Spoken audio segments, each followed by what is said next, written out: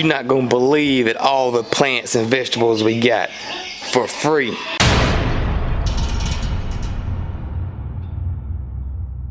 Every year, naked gardening day. Every year, Peaches. Oh my gracious.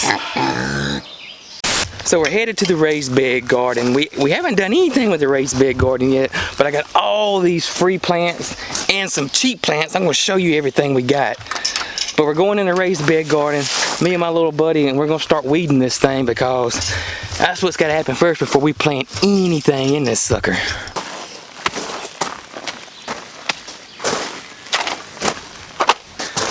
Check all these plants out we got for free. Well, not all of them for free. We'll ride around and go to the back of it's like a market we got, and they'll throw out stuff that they think doesn't look good. Say for instance, we got actually about 3 flats of this stuff, and it's just a hodgepodge, a little bit of everything. There was all types of herbs in there, like chives and parsley. There was tarragon. We got a whole mess of arugula. Probably how many of them? 8, 9, something. Almost a whole one of these flats of arugula, and then we planted it on the back porch. You got okra. We got tons and tons of squash and zucchini. We had a watermelon. It's just a whole hodgepodge of stuff. They didn't think it looked good, and it didn't quite look good. They kind of let it dry out. So we took a chance, and it didn't cost us any money. We got it, and I've been babying it, and now, I mean, look at that. It looks perfectly fine now. Matter of fact, I haven't lost a single one yet. Another thing we got free was this hydrangea bush that has a price of it of $12. This thing looked completely like this all over it. I got it, I put it in the shade, I kept it watered, I babied it. Now look at all the new green growth on it. And it's one I don't have either, which is cool. It's Merit Supreme. Another couple of items that were back there, and this wasn't all at one time. This was throughout several days or maybe a couple of weeks. Were these Mandevillian vines. Again, they wasn't in the greatest shape, but I kind of put them in the shade where they wouldn't be stressed out by the sun, babied them. Now look, how awesome is this? Now I know these are going to be more like an annual because they won't handle the winters here. Oh, crazy cat. This was a score me and Mary Carl got at a big box store. They had marigolds, which were $2.10 for a 6-pack. They had a mess of them that they're kind of small, but they're perfectly fine, but they were on sale for 25 cents. We bought a whole flat of them. We're going to plant this in the raised bed garden. Look, that one's blooming. That one is blooming. But sometimes you just kind of dig around, and sometimes you just take a chance on something. Me and Mary Carl's talked about the raised bed garden. We're going to kind of make this maybe a flower garden this year and plant some flowers. But first we got to weed this garden out because it is got a ton of weeds in it. And after we weed it, we'll get to planting. Is it a lot of worms? Yes. Look. See them? That's awesome. Oh, that's a big old tree hanger. Get it out. You're doing a good job. Look, there's another one coming up. Wow. That other one, there's worms everywhere too. It's got a lot of rabbit manure in it, don't it?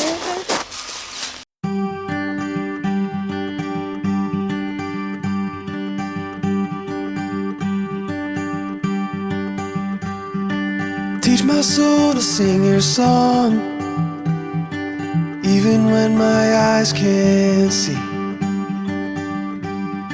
When I can't seem to carry on, I know your hand is guiding. I'm gonna say it again. I'm really loving this weed tool. It's like a cultivator tool on a handle from Hoff's Tool Company. This thing is really, really good at getting out weeds. I mean, you see all Mary Carl even using this thing. We absolutely love it. I mean, almost everything Hoff's makes is awesome. If you're interested in any of their tools, I got a link down below, and you can check out their website and see what all they got. Got seeds too. That's where most of our seeds came from this year.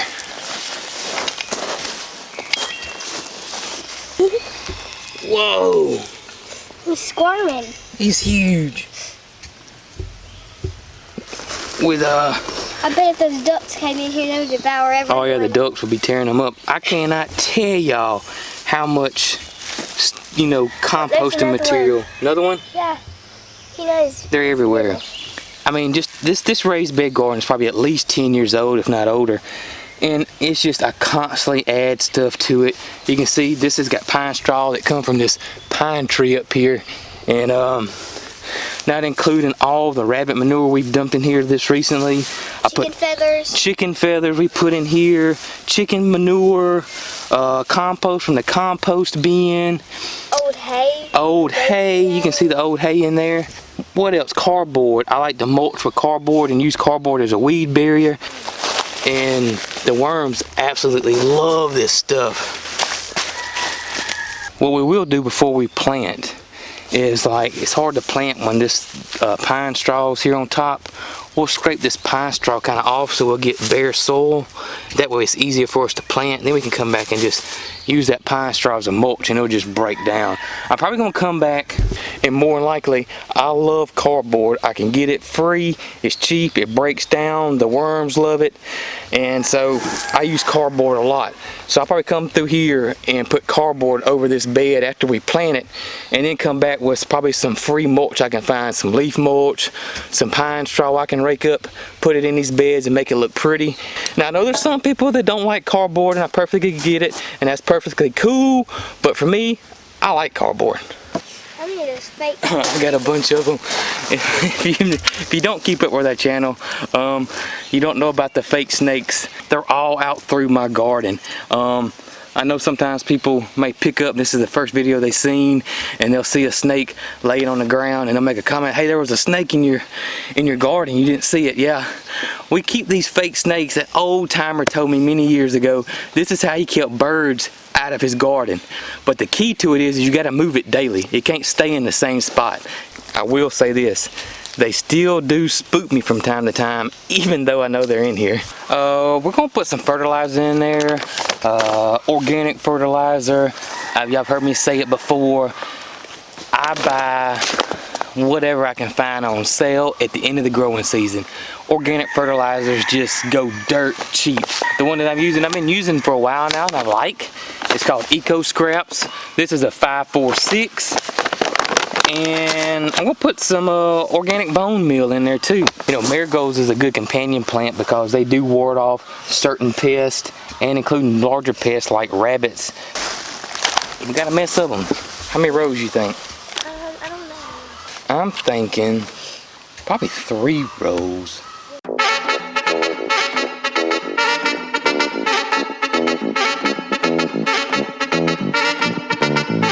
We just got the second bed of marigolds planted and it worked out perfectly. I was actually 1 short, so I mean that was awesome. So I got 2 beds. This thing should be full of marigolds. If I can keep the weeds down, this should be pretty awesome for $2.50. That looks like a good spot in the hydrangea garden. Every year, this sucker just gets thicker and thicker and thicker and thicker and more full. This might be my favorite spot on the whole property. I absolutely love this garden. It's really peaceful. You can hear the creek behind me running. It's shade. It's got whimsical, like this bell here, and this used to be a chicken coop, Maricross chicken coop. Originally it was a greenhouse. Cool little building in the background. It's just, I love this area. Let's plant a hydrangea.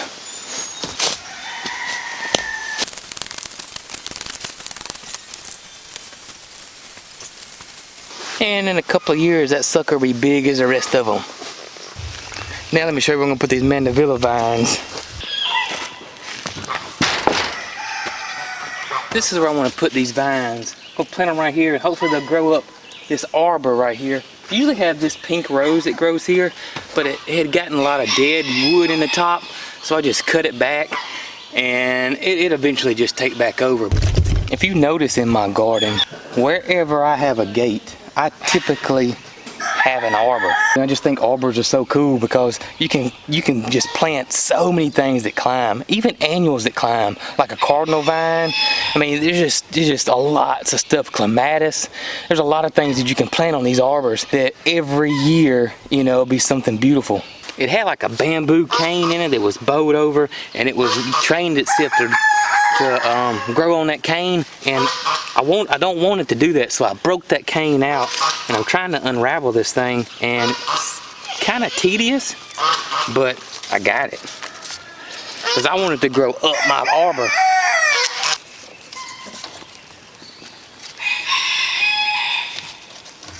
This is right here in my vegetable garden, my main vegetable garden, and so I'm still loving whimsical color, beauty, even in the vegetable garden. There's no rules in gardening. You do whatever you want to do and whatever you like. While I'm in the big garden, I'm missing a squash. So I totally lost this squash right here, which was one of those 8-ball squash. And I'm gonna take one of those free ones I got and plant that booger right here. And speaking of squash, y'all look at this. It looks so awesome. I even got one that's, it's ready, just about. The cucumbers are starting to take off, and speaking of cucumbers, I got a couple that didn't come up here, and I got one free one that's gonna be a different variety than this. I totally get it, but why not plant it? But with this heat, this little heat trend we got going on, and it's only gonna get hotter from here, and that huge rain we got, the weeds are starting to pop back up. I go through here at least, I try to do 3 times a week through the rows with my Hoss wheelie plow, and it really does just a tremendous job of keeping the weeds out.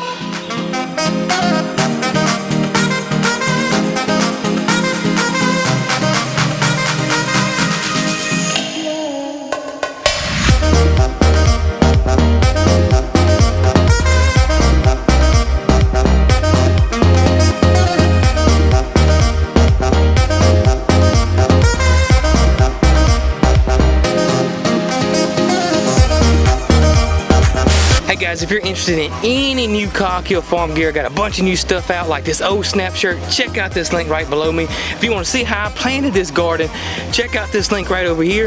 If you're new to the channel, like what you see, hit that subscribe button right down below. Y'all be good.